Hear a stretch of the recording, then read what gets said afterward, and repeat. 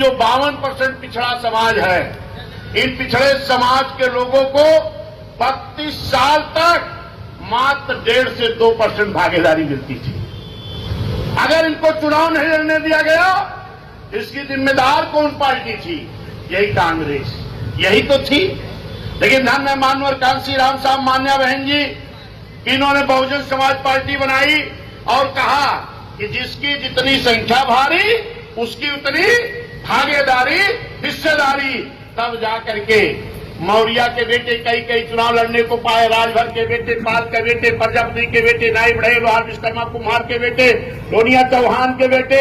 तब जाके पहली बार इन समाज के लोगों को चुनाव लड़ने का मौका मिला, तो बहुजन समाज पार्टी और माननीय कांसी राम साहब और बहन जी के द्वारा मिला, वरना इनको आज भी चुनाव लड़ने का मौका नहीं मिलता। साथियों, आज ये इंडिया गठबंधन के लोग कह रहे हैं हम संविधान बचाएंगे, भाजपा संविधान खत्म करेगी, हम संविधान बचाएंगे। जरा आप गौर करिए कि जब साइमन कमीशन आया था तो सर्वे करने आया था, डॉक्टर बी.आर. अम्बेडकर साहब द्वारा जो साइमन कमीशन लाया गया था, उसका मकसद खाली इतना था कि इस देश में दोहरी गुलामी थी। एक गुलामी अंग्रेजों की थी और दूसरी गुलामी थी बड़े बड़े राजा रजवाड़ों जिम्मेदारों की। दोहरी गुलामी कौन करता था?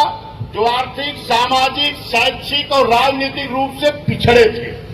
बाबा साहब ने कहा कि एक कमेटी बननी चाहिए। एक कमीशन आया और सर्वे शुरू किया।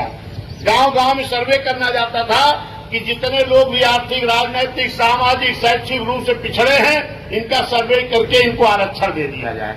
तो बाबा साहब दिन भर कमेटी के साथ रहते थे और रात में जाके पिछड़े समाज के लोगों से कहते थे कि आपके गांव में भी कमेटी वाले आएंगे, आप भी अपनी सच्चाई बता देना ताकि आपको भी आरक्षण मिल जाए, कि पिछड़े लोग आरक्षण के बल पर अगड़े लोगों के बराबर खड़े हो सकें। लेकिन मेरे साथियों, जिन लोगों ने, समतल एरिया के लोगों ने सूची में नाम दर्ज कराया, वो अनुसूचित जाति में हो गए। जो पहाड़ी क्षेत्रों के लोगों ने सूची में नाम दर्ज कराया, वो अनुसूचित जाति हो गए। और जिन लोगों ने बाबा साहब की बात को नहीं माना, अपने दुश्मनों की बात को माना, वो क्या रह गए? पिछड़े के पिछड़े रह गए, ओबीसी रह गए।